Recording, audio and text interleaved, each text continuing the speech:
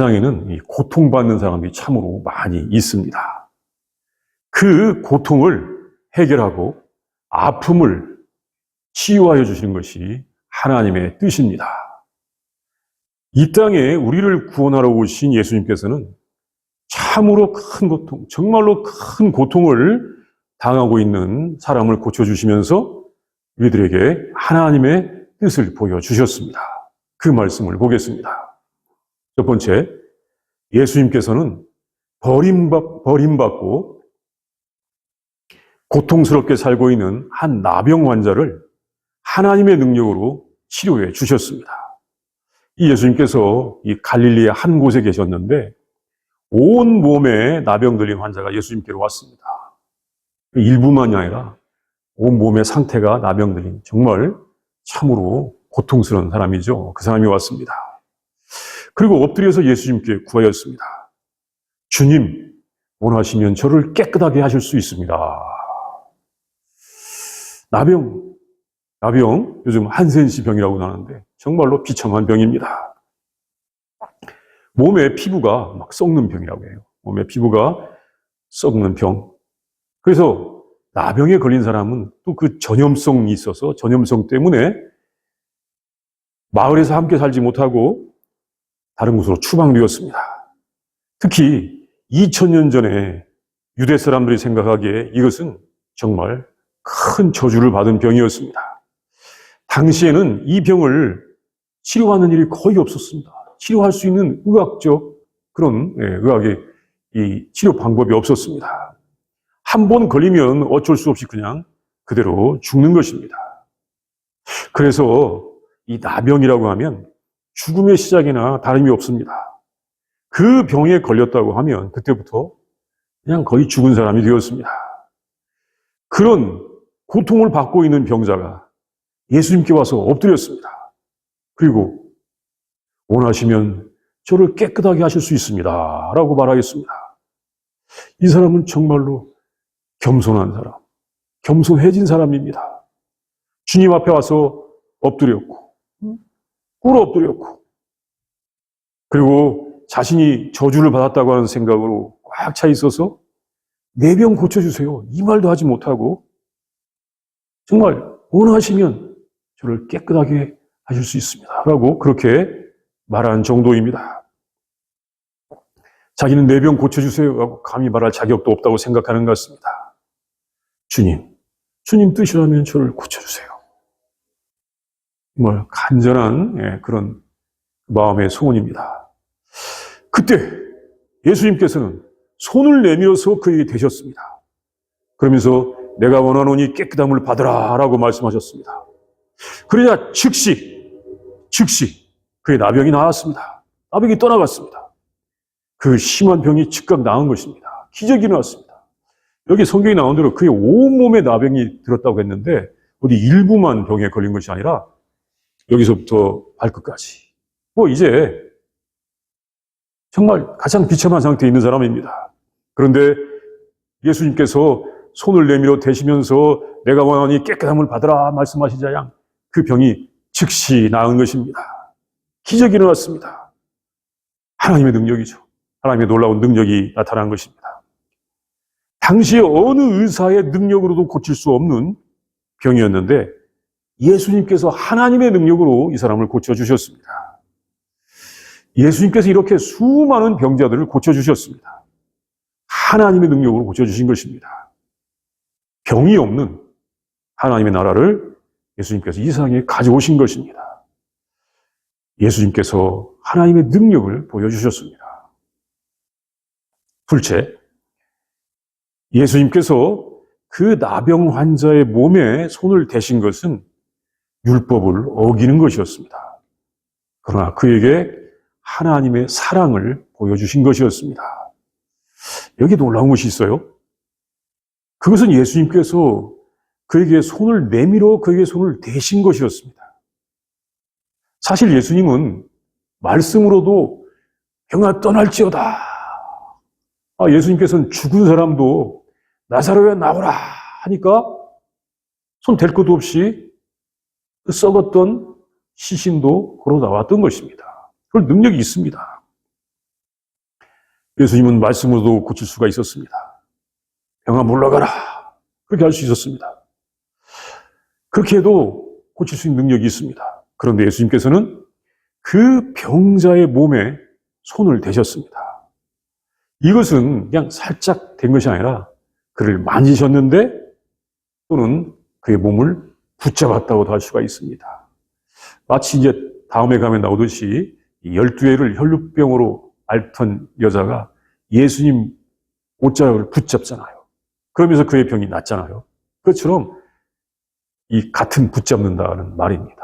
예수님께서 그 나병 환자의 몸을 붙잡으신 것입니다. 그런데 그때 그 병자를 만지면 그의 썩은 피부가 그 손에 달라붙는다고 하는 것입니다. 만지면 썩은 피부가 손에 달라붙는 것입니다. 이렇게 예수님께서 그에게 손을 대셨다고 하는 것은 사실은 율법을 어기는 행동이었습니다. 율법에 의하면 나병 환자에게 절대로 손을 대면 되지 않습니다. 왜? 손이 더러워지기 때문입니다. 그리고 그 사람도 감염되기 때문에 그렇습니다. 물이 귀한 곳, 귀한 시절이라 잘 씻을 수도 없기도 하지만 한번 그런 환자와 접촉하면 그 다음에는 성전에 들어갈 수도 없게 되어 있었던 것입니다. 이것은 이 내위기, 구약성경 내위기 13장, 14장에 자세히 나와 있습니다. 어떻게 된다 자세히 나와 있어요. 특별히 13장 45절에서 47절 말씀을 보면 알 수가 있습니다. 어떤 사람이 저기에 나병 환자가 있는데 그가 나병 환자인지 모르고 그게 가까이 가면 그 나병 환자는 소리를 쳐야 됩니다. 여기 오지 마세요. 저는 부정한 사람입니다. 제발 저에게 가까이 오지 마세요. 이렇게 소리쳐서 자기에게 사람이 오는 것을 경고해야 되는 것입니다. 얼마나 안타깝고 얼마나 정말 비참한 위치이겠습니까? 그러나 그렇게 하도록 되어 있습니다. 당시의 규칙입니다. 그래서 사람들은 나병은 저주를 받아서 하나님의 은총 밖으로 쫓겨난 것이라고 생각하였습니다.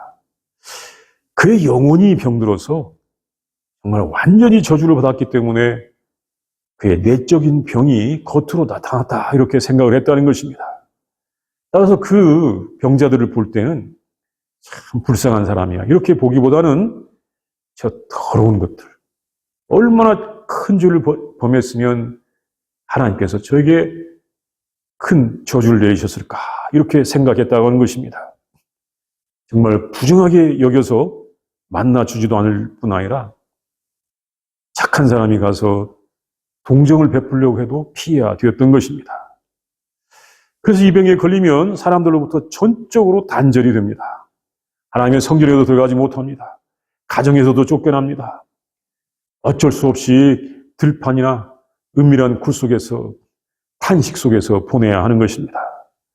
동네에 절대 함부로 들어가지 못합니다. 완전히 버려진 생명이 되는 것입니다.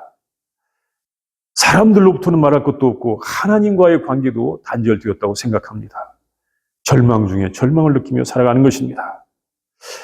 그럼에도 불구하고 예수님께서 그에게 손을 대셨습니다. 손을 대셨어요. 율법으로 말하면 예수님께서 율법을 어긴 것입니다. 예수님이 사실 율법을 어긴 게 있어요. 안식일에도 병자를 고쳐주셨고 안식일에도 많이 걸어다니셨습니다. 예수님이 이렇게 율법을 어긴 것으로 인해서 많은 비난을 받을 수도 있습니다. 그러나 이것에 전혀 개의치 않으셨습니다. 왜 그랬을까요? 예수님께서 그를 불쌍히 여기셨던 것입니다. 다른 사람들은 그를 이 죽은 자로 보고 그 사람을 피하여 다녔지만 예수님께서는 그를 살리시기 위하여 그를 불쌍히 여기셨던 것입니다.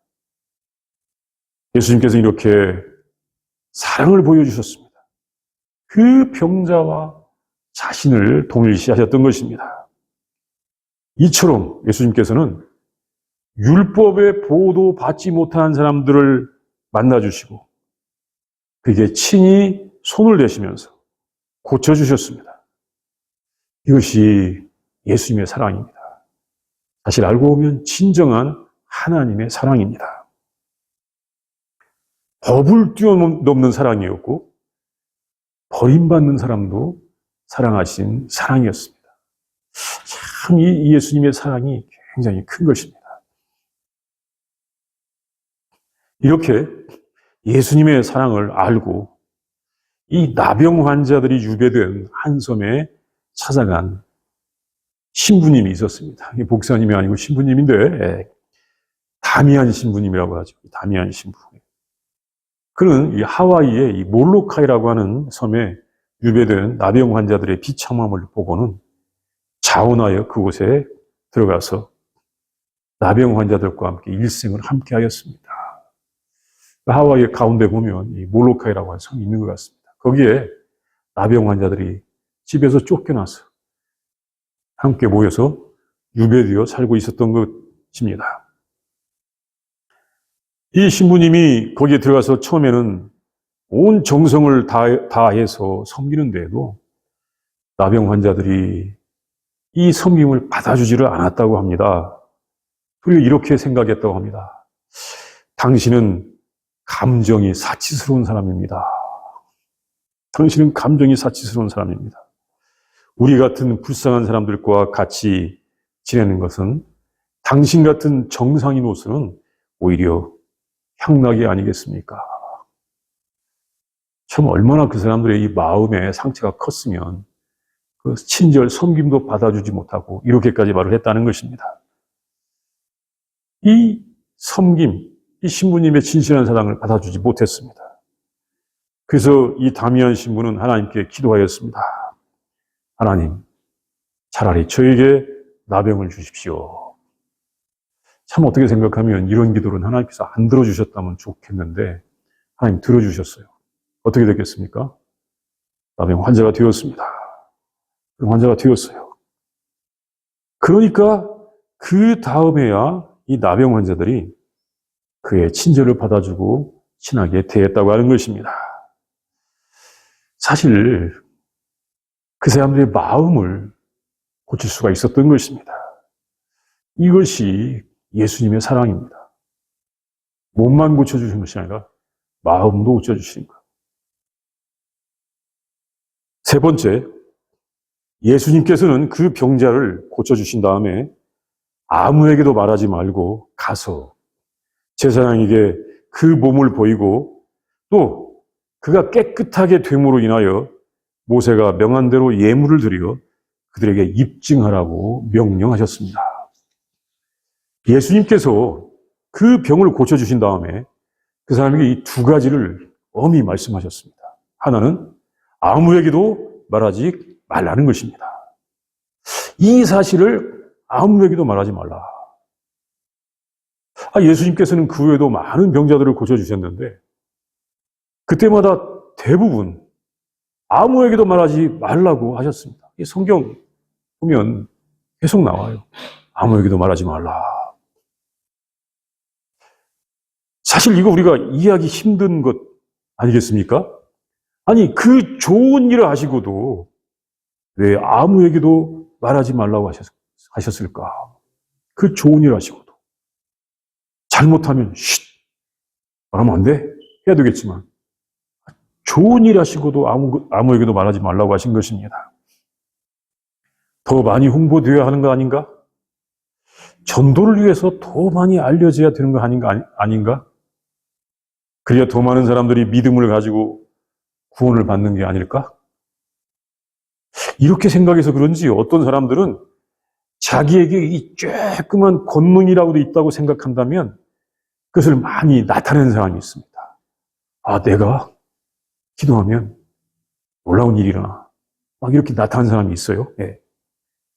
그래서 사람들 사이에서 명성을 얻으려고 하는 사람들도 있는 것입니다. 그러나 이렇게 홍보하는 것은 전혀 예수님의 방식이 아닙니다. 예수님 방식이 아니에요.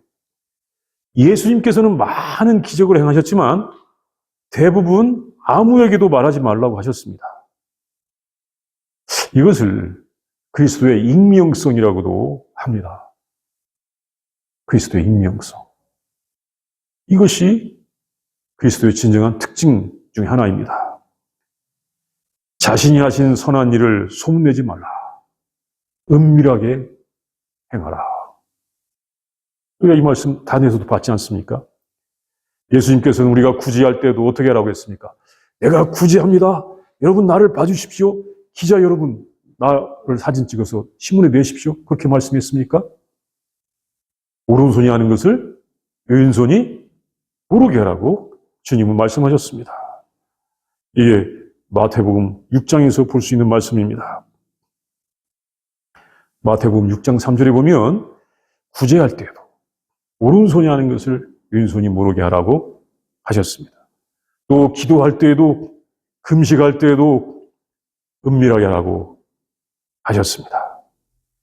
이 누구에게 이 칭송을 들을 만한 일을 할 때에는 우리 예수님은 은밀하게 하라고 하셨습니다. 이 좋은 일을 은밀하게 하라고 하셨던 것입니다. 좋은 일을 은밀하게 하라. 은밀하게 하라. 아무에게도 말하지 말라. 소문내지 말라. 이것에 아주 깊은 뜻이 있습니다. 예. 당시에 예수님을 대적하던 바리새인들에게는 이런 것이 되질 않았습니다. 그들은 많이 소문내고 홍보하고 자랑하고 칭찬받고 기도할 때도 그러잖아요. 하나님, 저는 금식도 했고 구제도 했고 하나님께 자기의 한 일을 자랑하지 않습니까? 근데 이런 것은 세상의 방식이요 사람의 방식인 것입니다. 이것은 사람의 방식이요 세상의 방식입니다. 하나님 나라의 방법은 은밀하게 하는 것입니다. 은밀하게 할 때 고요하고 평화롭고 진정한 변화가 일어나는 것입니다. 또 예수님께서 그 사람에게 이제 제사장에게 가서 예물을 드려서 그가 깨끗하게 된 것을 입증하라고 하셨습니다. 이럴 때는 무슨 예물을 드리고 그런 말씀이 레위기에 나오죠. 예. 이것은 제사장이 그렇게 증명을 해 주어야 그가 그의 집으로 돌아갈 수가 있기 때문입니다. 당시의 율법이 그랬던 것입니다. 그는 지금까지는 그의 사랑하는 사람들과도 같이 할 수가 없었고 저주받은 사람으로 여겨졌지만 이제 그가 나았으므로 그의 집으로, 그의 가정으로, 사회로, 그의 사랑하는 부모님에게로, 그의 자녀들에게로, 그의 아내에게로 돌아갈 수가 있었던 것입니다. 이웃에게로 돌아갈 수가 있었던 것입니다. 그가 그의 가정에 돌아가면 그 가족이 얼마나 기뻐하겠습니까?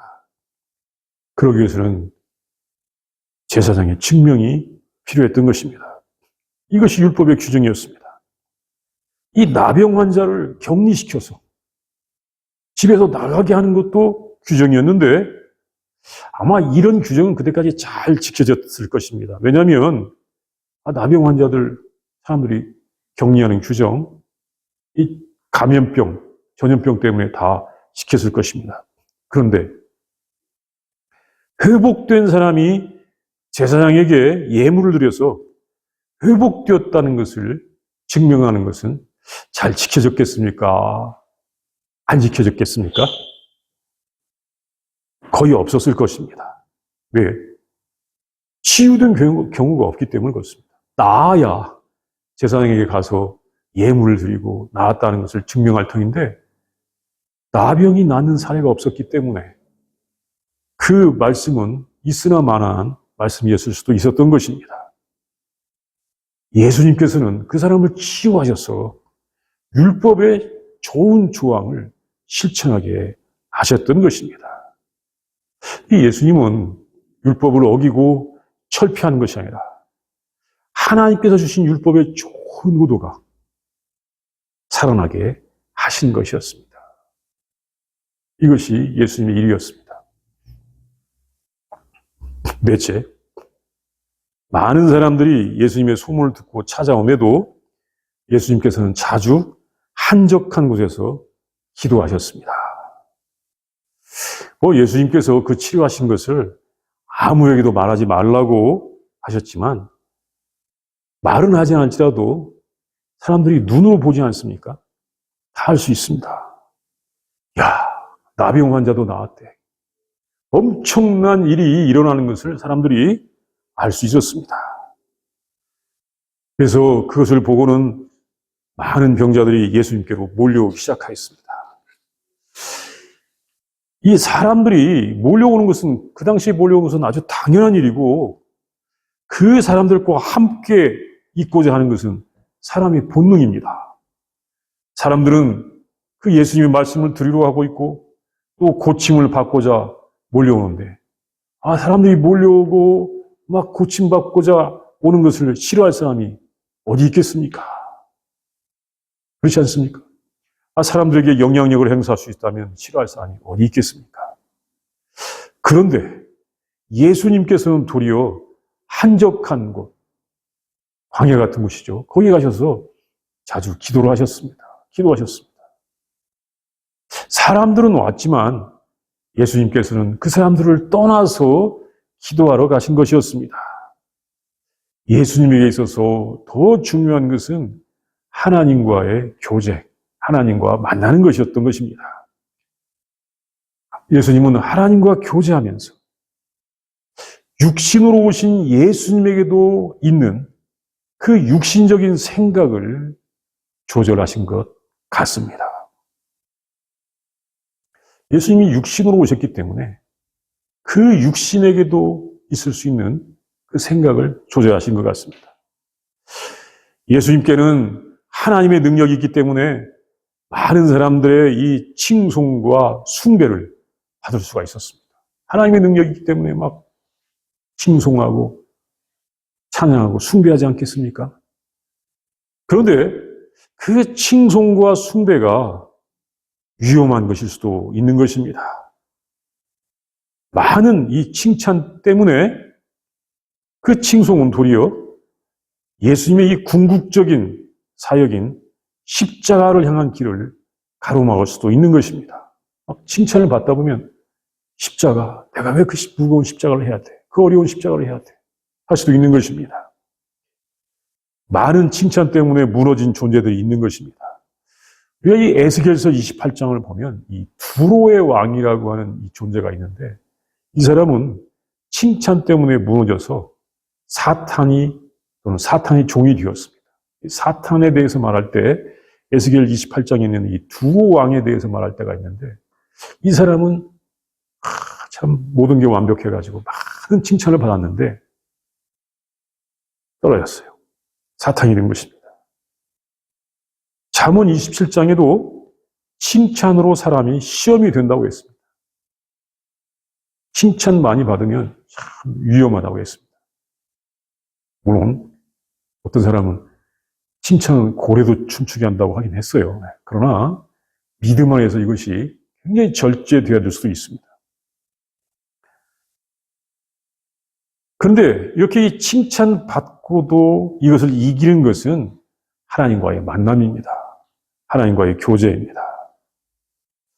사실 예수님께서는 이 사람들의 칭송 때문에 교만하여 넘어질 것은 아닙니다. 아니지만 이렇게 한적한 곳에서 기도하신 것은 우리들에게 모범을 보여주신 것입니다. 우리들은 조금만 칭찬을 받으면 우쭐해지고 이 두로 왕이라고 했던 사람이 갔던 그 길을 갈 수도 있는 것입니다. 그래서 우리들이 넘어지지 않도록 기도하면서 하나님의 뜻을 헤아려야 한다는 것을 예수님은 보여주신 것입니다. 예수님께서는 하나님의 나라의 모습을 보여주셨습니다. 사람들부터 버림받은 나병 환자를 붙잡고 하나님의 사랑을 보여주시며 그를 고쳐주셨고, 어떻게 하나님의 뜻을 행하고 하나님과 교제하는 일을 알려주셨습니다. 예수님의 제자들은 이 모습을 보았습니다. 그리고 이 세상 나라와 하나님 나라가 어떻게 다른지를 알게 되었던 것입니다. 우리는 예수님을 따라서 치유와 평안, 구원이 있는 하나님의 나라를 늘 구하도록 해야 하겠습니다. 이 시간 우리와 함께 기도합니다. 먼저 이 본문의 말씀을 상상해 봅니다. 예수님께서 한 마을로 들어가시는데 한 나병 환자, 온 몸에 나병이 든 아주 중한 환자가 와서 예수님 앞에 꿇어 엎드려서 주님, 원하시면 저를 깨끗하게 하실 수 있나이다 라고 이렇게 주님 앞에 무릎을 꿇습니다. 예수님께서 그에게 손을 내밀어 대시면서 내가 원하노니 깨끗함을 받으라 라고 말씀하시자 즉시 그는 깨끗하게 되었습니다. 기적이 일어났던 것입니다. 그런데 예수님께서 엄히 두 가지를 말씀하십니다. 아무에게도 이르지 말라. 제사장에 가서 예물 드려 네가 나은 것을 입증하라. 이 소문은 사람들 사이에 많이 퍼져서 사람들이 예수님에게 왔지만 예수님께서는 사람들을 떠나서 한적한 곳에 가서 기도하셨습니다. 우리가 이 모습을 그 당시의 상황으로 들어가서 상상해 보면서 하나님의 뜻이 무엇인지를 묵상하도록 하겠습니다.